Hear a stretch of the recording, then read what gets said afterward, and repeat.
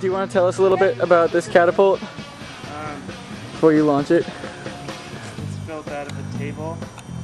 We use a 2x4 with a 35-pound weight at the bottom. We're going to see how far it launches it with the wall. Okay. Yes. Yeah.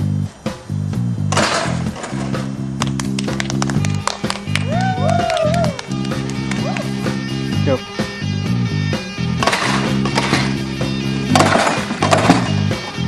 Yeah.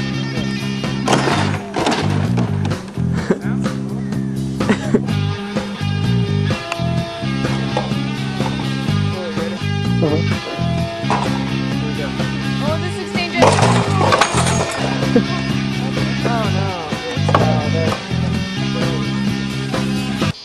Some physics students build a catapult as shown above. The supporting platform is fixed firmly to the ground. The projectile of mass 10 kilograms is placed in cup A at one end of the rotating arm.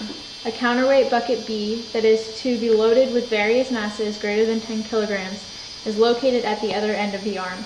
The arm is released from the horizontal position as shown in figure 1 and begins rotating. There is a mechanism not shown that stops the arm in the vertical position, allowing the projectile to be launched with a horizontal velocity as shown in figure 2.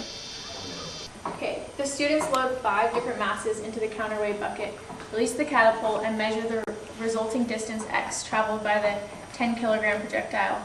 And the data they gave us was for a mass of 100, you got a distance of 18, and we have it all labeled out. They gave us all four. For 300, 37, 545, 700 kilograms, 48 meters, and 900 kilograms, 51 meters. That should be the first thing they ask is to use to plot the data and then sketch a best fit curve for the points. So here we have each point and then our best fit line for that. And then using your best fit curve, determine the distance x traveled by this projectile if 250 kilograms is placed in the counterweight bucket. So if this is 300, we go to 250, we go up, and it's about 30 meters. And then they ask, how many seconds after leaving the cup will the projectile strike the ground? We know that when it leaves the cup, it has a height of 15 meters above the ground, and therefore we can use the distance equation d final t equals di plus vix t minus 1/2 gt squared. And we're setting gravity equal to 9.8. df equals 0 for a height of 0, and the initial distance is 15. So 0 equals 15 plus no velocity minus 4.9 t squared. And we find that it reaches the ground in 1.75 seconds. And then they ask us to derive the equation that describes the gravitational potential energy of the system relative to the ground, and when the position is at its initial spot where it's horizontal. And so CW equals counterweight, P equals projectile. So you have to add the potential of counterweight plus the potential of the projectile, which is M counterweight GH plus M projectile GH. So since the mass of the counterweight is can be changed, we set M times 10 times 3 meters above the ground plus mass of projectile, gravity, and then 3 meters above the ground. You get 30M plus 300 as the potential energy of the system at the beginning. Okay, derive, and then they ask us to derive the equation for the velocity of the projectile as it leaves the cup. And so we know that there's a conservation of energy from the previous potential energy.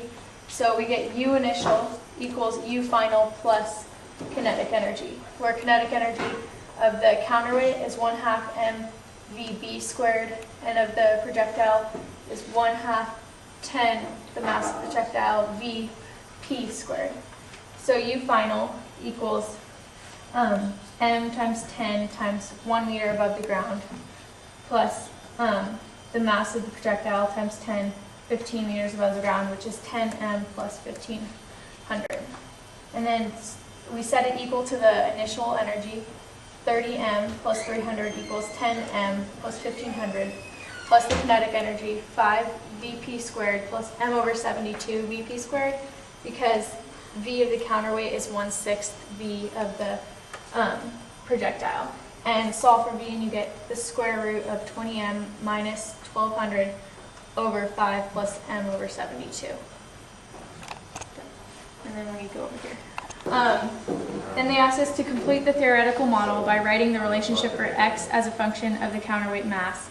And x is the distance, and we know that distance equals Vx times time. And so distance is the V that we found, 20m minus 1200 over 5 plus m over 72, times the time that we found it takes to fall 15 meters, which is 1.75 seconds.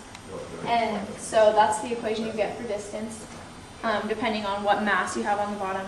And then it says to compare the experimental and theoretical values of x for a counterweight bucket mass of 300. And so we set m equal to 300 and substitute it in to our equation and find that we should get a distance of 40 meters.